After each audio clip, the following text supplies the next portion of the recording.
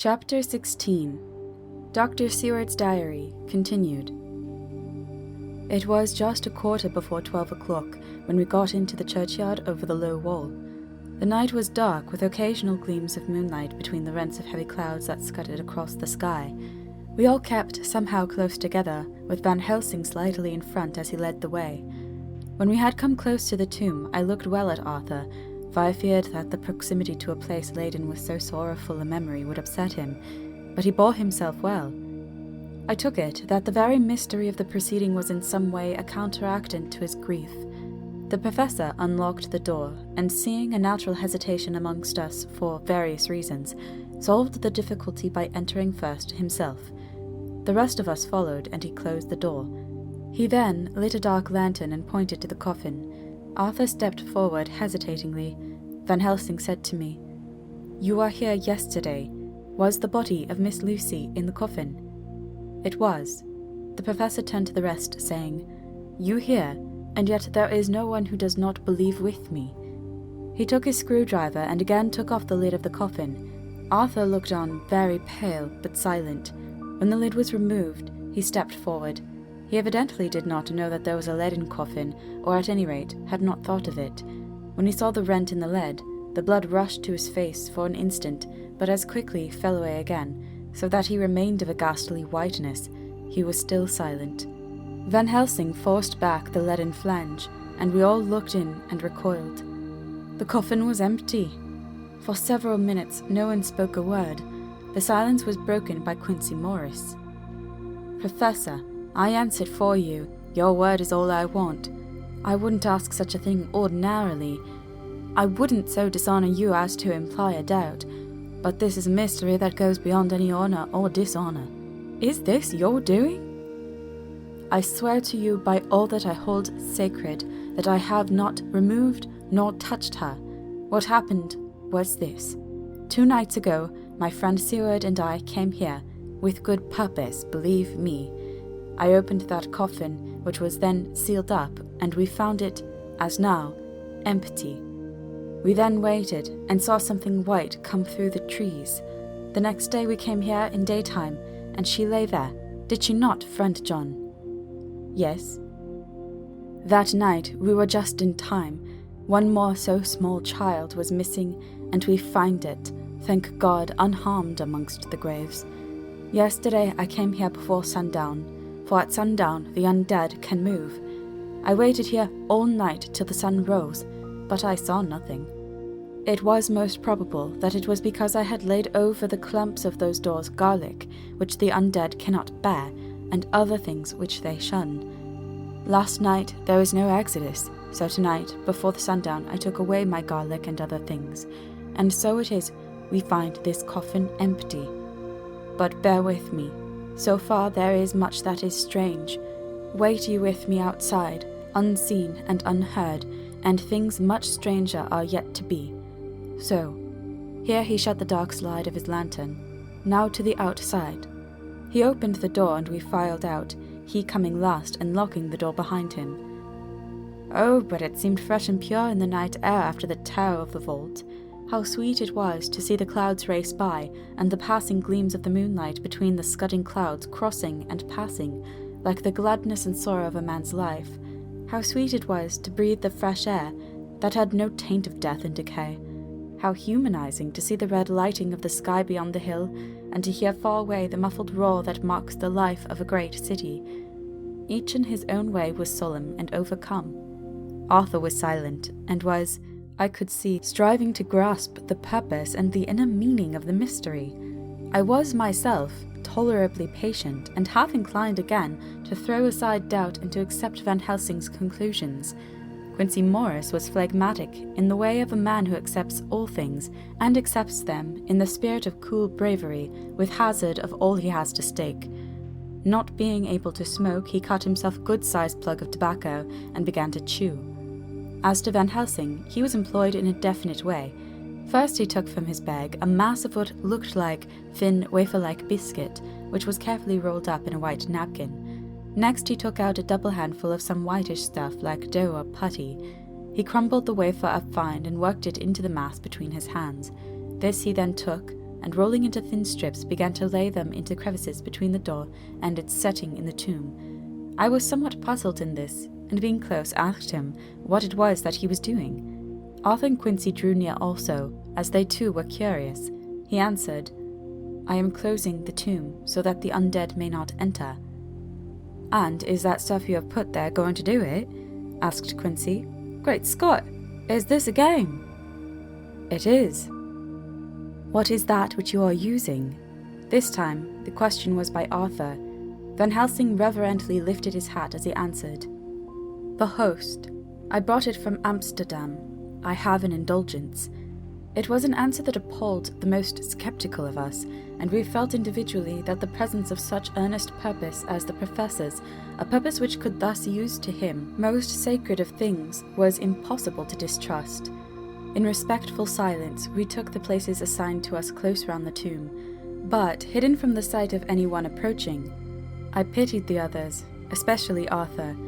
I had myself been apprenticed by my former visits to this watching horror, and yet I, who had up to an hour ago repudiated the proofs, felt my heart sink within me. Never did tombs look so ghastly white. Never did cypress or yew or juniper so seem the embodiment of funereal gloom. Never did tree or grass wave or rustle so ominously. Never did bough creak so mysteriously. And never did the faraway howling of dogs send such a woeful presage through the night. There was a long spell of silence, a big aching void, and then from the Professor, a keen "sss." He pointed, and far down the avenue of yews we saw a white figure advance, a dim, white figure which held something dark at its breast. The figure stopped, and at the moment a ray of moonlight fell upon the masses of driving clouds and showed in startling prominence a dark-haired woman, dressed in the cerements of the grave. We could not see the face, for it was bent down over what we saw to be a fair-haired child.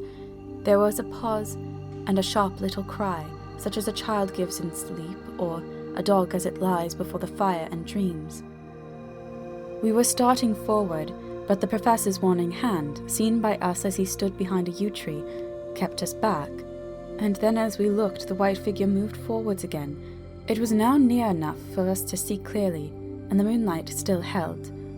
My own heart grew cold as ice, and I could hear the gasp of Arthur as we recognized the features of Lucy Westenra. Lucy Westenra, but yet, how changed! The sweetness was turned to adamantine, heartless cruelty, and the purity to voluptuous wantonness. Van Helsing stepped out, and, obedient to his gesture, we all advanced too. The four of us ranged in a line before the door of the tomb. Van Helsing raised his lantern and drew the slide. By the concentrated light that fell on Lucy's face, we could see that the lips were crimson with fresh blood, and that the stream had trickled over her chin and stained the purity of her long death robe. We shuddered with horror. I could see by the tremulous light that even Van Helsing's iron nerve had failed. Arthur was next to me, and if I had not seized his arm and held him up, he would have fallen. When Lucy, I call the thing that was before us Lucy because it bore her shape, saw us, she drew back with an angry snarl such as a cat gives when taken unawares. Then her eyes ranged over us, Lucy's eyes in form and colour, but Lucy's eyes unclean and full of hellfire instead of the pure, gentle orbs we knew. At that moment, the remnant of my love passed into hate and loathing. Had she then to be killed, I could have done it with savage delight. As she looked, her eyes blazed with unholy light, and the face became wreathed with a voluptuous smile. Oh God, how it made me shudder to see it! With a careless motion, she flung to the ground, callous as a devil, the child that up to now she had clutched strenuously to her breast, growling over it as a dog growls over a bone. The child gave a sharp cry and lay there moaning. There was a cold-bloodedness in the act which wrung a groan from Arthur. When she advanced to him with outstretched arms and a wanton smile, he fell back and hid his face in his hands. She still advanced, however, and with a languorous, voluptuous grace said, "Come to me, Arthur. Leave these others and come to me. My arms are hungry for you." Come and we can rest together. Come, my husband, come. There was something diabolically sweet in her tones, something of the tingling of glass when struck, which rang through the brains even of us who heard the words addressed to another. As for Arthur, he seemed under a spell. Moving his hands from his face, he opened wide his arms. She was leaping for them when Van Helsing sprang forward and held between them his little golden crucifix. She recoiled from it, and, with a sudden distorted face full of rage, dashed past him as if to enter the tomb. When within a foot or two of the door, however, she stopped, as if arrested by some irresistible force. Then she turned, and her face was shown in the clear burst of moonlight and by the lamp, which had now no quiver from Van Helsing's iron nerves. Never did I see such baffled malice on a face, and never, I trust, shall ever be seen again by mortal eyes. The beautiful colour became livid. The eyes seemed to throw out sparks of hellfire. The brows were wrinkled as though the folds of the flesh were the coils of Medusa's snakes, and the lovely blood-stained mouth grew to an open square as in the passion masks of the Greeks and Japanese. If ever face meant death, if looks could kill, we saw it at that moment. And so, for full half a minute, which seemed an eternity, she remained between the lifted crucifix and the sacred closing of her means of entry. Van Helsing broke the silence by asking Arthur, "Answer me, O my friend, am I to proceed in my work?" Arthur threw himself on his knees and hid his face in his hands as he answered, "Do as you will, friend, do as you will. There can be no horror like this ever any more." And he groaned in spirit. Quincy and I simultaneously moved towards him and took his arms. We could hear the click of the closing lantern as Van Helsing held it down. Coming close to the tomb, he began to remove from the chinks some of the sacred emblem which he had placed there. We all looked on in horrified amazement as we saw, when he stood back, the woman with a corporeal body as real as that moment as our own, pass in through the interstice where scarce a knife blade could have gone. We all felt a glad sense of relief when we saw the professor calmly restoring the strings of putty to the edges of the door. When this was done, he lifted the child and said, "Come now, my friends, we can do no more till tomorrow. There is a funeral at noon, so here we shall all come before long after that. The friends of the dead will all be gone by 2, and when the sexton lock the gate we shall remain.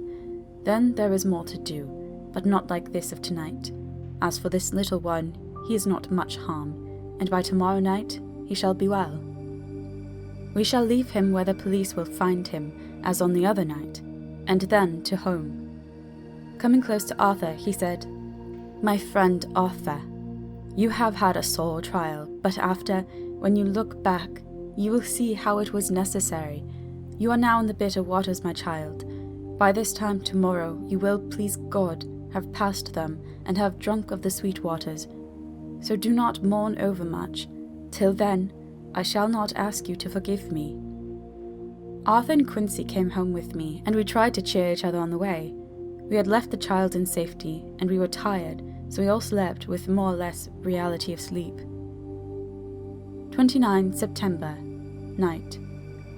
A little before 12 o'clock, we 3, Arthur, Quincy Morris, and myself, called for the professor. It was odd to notice that by common consent we had all put on black clothes. Of course Arthur wore black, for he was in deep mourning, but the rest of us wore it by instinct. We got to the churchyard by 1:30, and strolled about, keeping out of official observation, so that when the gravediggers had completed the task and the sexton, under the belief that everyone had gone, had locked the gate, we had the place all to ourselves. Van Helsing, instead of his little black bag, had with him a long leather one, something like a cricketing bag. It was manifestly of fair weight. When we were alone, and had heard the last of the footsteps die out up the road, we silently, as if by ordered intention, followed the professor to the tomb.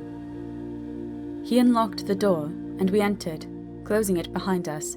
Then he took from his bag the lantern, which he lit, and also 2 wax candles, which, when lighted, he stuck by melting their own ends on other coffins, so that they might give light sufficient to work by. When he again lifted the lid off Lucy's coffin, we all looked, Arthur trembling like an aspen, and saw that the body lay there in all its death beauty. But there was no love in my own heart, nothing but a loathing for the foul thing which had taken Lucy's shape without her soul. I could see even Arthur's face grow hard as he looked. Presently he said to Van Helsing, "Is this really Lucy's body, or only a demon in her shape?" "It is her body, and yet not it. But wait a while, and you will see her as she was, and is." She seemed like a nightmare of Lucy as she lay there, the pointed teeth, the blood-stained voluptuous mouth, which made one shudder to see, the whole carnal and unspiritual appearance seeming like a devilish mockery of Lucy's sweet purity. Van Helsing, with his usual methodicalness, began taking the various contents from his bag and placing them ready for use. First he took out a soldering iron and some plumbing solder, and then a small oil lamp, which gave out, when lit in a corner of the tomb, gas which burned at a fierce heat with a blue flame. Then his operating knives, which he placed to hand, and last, a round wooden stake, some 2½ or 3 inches thick and about 3 feet long. One end of it was hardened by charring in the fire and was sharpened to a fine point. With this stake came a heavy hammer, such as in households is used in the coal cellar for breaking the lumps. To me, a doctor's preparations for work of any kind are stimulating and bracing, but the effect of these things on both Arthur and Quincy was to cause them a sort of consternation. They both, however, kept their courage, and remained silent and quiet. When all was ready, Van Helsing said, "Before we do anything, let me tell you this. It is out of the law and experience of the ancients and all those who have studied the powers of the undead. When they become such, there comes with the change the curse of immortality. They cannot die, but must go on age after age, adding new victims and multiplying the evils of the world. For all that die from the preying of the undead becomes themselves undead, and prey on their kind. And so the circle goes on ever widening, like as the ripples from a stone thrown in the water.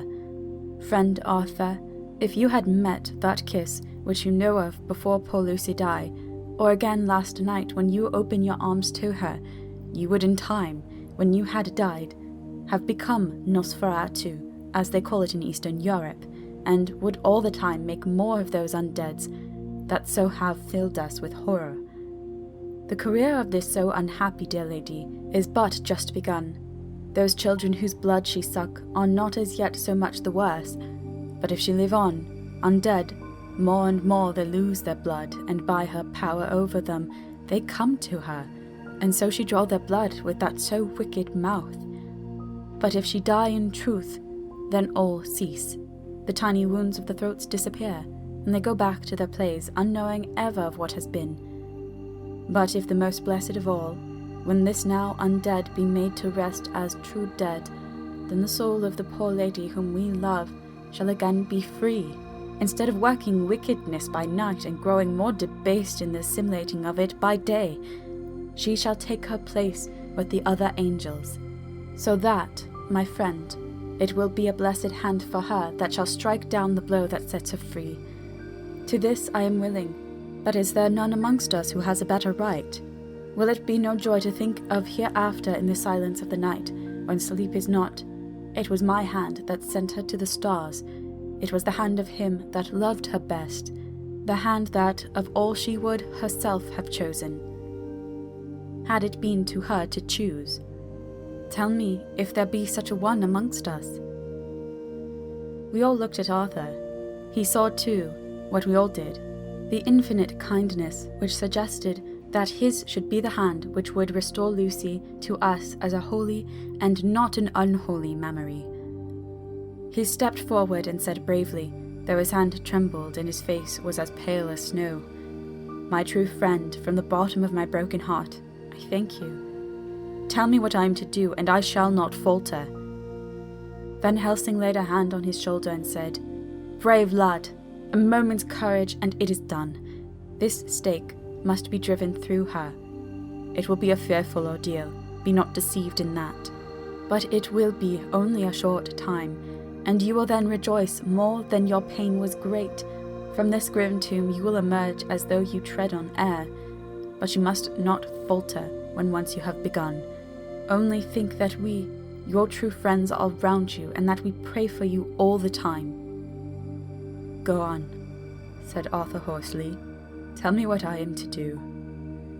"Take this stake in your left hand, ready to place the point over the heart, and the hammer in your right. Then when we begin our prayer for the dead, I shall read him. I have here in the book, and the others shall follow. Strike in God's name, that so all may be well with the dead that we love, and that the undead pass away." Arthur took the stake and the hammer, and when once his mind was set on action, his hands never trembled nor even quivered. Van Helsing opened his missal and began to read, and Quincy and I followed as well as we could. Arthur placed the point over the heart, and as I looked, I could see its dint in the white flesh. Then he struck with all his might. The thing in the coffin writhed, and a hideous blood-curdling screech came from the opened red lips. The body shook and quivered and twisted in wild contortions. The sharp white teeth champed together till the lip were cut, and the mouth was smeared with crimson foam. But Arthur never faltered. He looked like a figure of Thor as his untrembling arm rose and fell, driving deeper and deeper the mercy-bearing stake, whilst the blood from the pierced heart welled and spurted up all around it. His face was set, and high duty seemed to shine through it. The sight of it gave us courage so that our voices seemed to ring through the little vault. And then the writhing and quivering of the body became less, and the teeth seemed to champ and the face to quiver. Finally it lay still. The terrible task was over. The hammer fell from Arthur's hand. He reeled and would have fallen had we not caught him. The great drops of sweat sprang from his forehead, and his breath came in broken gasps. It had indeed been an awful strain on him, and had he not been forced to his task by more than human considerations, he could never have gone through with it. For a few minutes we were so taken up with him that we did not look towards the coffin. When we did, however, a murmur of startled surprise ran from one to the other of us. We gazed so eagerly that Arthur rose, for he had been seated on the ground, and came and looked too. And then a glad, strange light broke over his face and dispelled altogether the gloom of horror that lay upon it. There, in the coffin, lay no longer the foul thing that we had so dreaded and grown to hate, that the work of her destruction was yielded as a privilege to the one best entitled to it, but Lucy, as we had seen her in her life, with a face unequalled sweetness and purity. True that there were there, as we had seen them in life, the traces of care and pain and waste, but these were all dear to us, for they marked her truth to what we knew. One and all, we felt that the holy calm that lay like sunshine over the wasted face and form was only an earthly token, and a symbol of the calm that was to reign forever. Van Helsing came and laid his hand on Arthur's shoulder, and said to him, "And now, Arthur, my friend, dear lad, am I not forgiven?" The reaction of the terrible strain came as he took the old man's hand in his, and raising it to his lips pressed it and said, "Forgiven! God bless you that you have given my dear one her soul again, and me peace." He put his hands on the professor's shoulder, and laying his head on his breast, cried for a while silently, whilst we stood unmoving. When he raised his head, Van Helsing said to him, "And now, my child, you may kiss her. Kiss her dead lips if you will, as she would have you to, if for her to choose. For it is not a grinning devil now, not any more a foul thing for all eternity. No longer is she the devil's undead. She is God's true dead, whose soul is with him." Arthur bent and kissed her, and then we sent him and Quincy out of the tomb, and the professor and I sawed off the top of the stake, leaving the point of it in the body. Then we cut off the head and filled the mouth with garlic. We soldered up the lid and coffin, screwed on the coffin lid, and gathering up our belongings, came away. When the professor locked the door, he gave the key to Arthur. Outside, the air was sweet, the sun shone, and the birds sang, and it seemed as if all nature were tuned to a different pitch. There was a gladness and mirth and peace everywhere, for we were at rest ourselves on one account, and we were glad, though it was with a tempered joy. Before we moved away, Van Helsing said, "Now, my friends, one step of our work is done, one the most harrowing to ourselves, but there remains a greater task. To find out the author of all this our sorrow, and to stamp him out. I have clues which we can follow, but it is a long task and a difficult, and there is danger in it, and pain. Shall you not all help me? We have learned to believe, all of us, is it not so? And since so, do we not see our duty? Yes, and do we not promise to go on to the bitter end?" Each in turn we took his hand, and the promise was made. Then said the professor as we moved off, "2 nights hence you shall meet with me and dine together at 7 of the clock with friend John. I shall entreat 2 others, 2 that you know not as yet, and I shall be ready to all our work show and our plans unfold. Friend John, you come with me home, for I have much to consult about, and you can help me. Tonight I leave for Amsterdam, but shall return tomorrow night, and then begins our great quest. But first I shall have much to say, so that you may know what is to do and to dread. Then our promise shall be made to each other anew, for there is a terrible task before us, and once our feet are on the ploughshare, we must not draw back." End of chapter 16. Recording by Corinne LePage.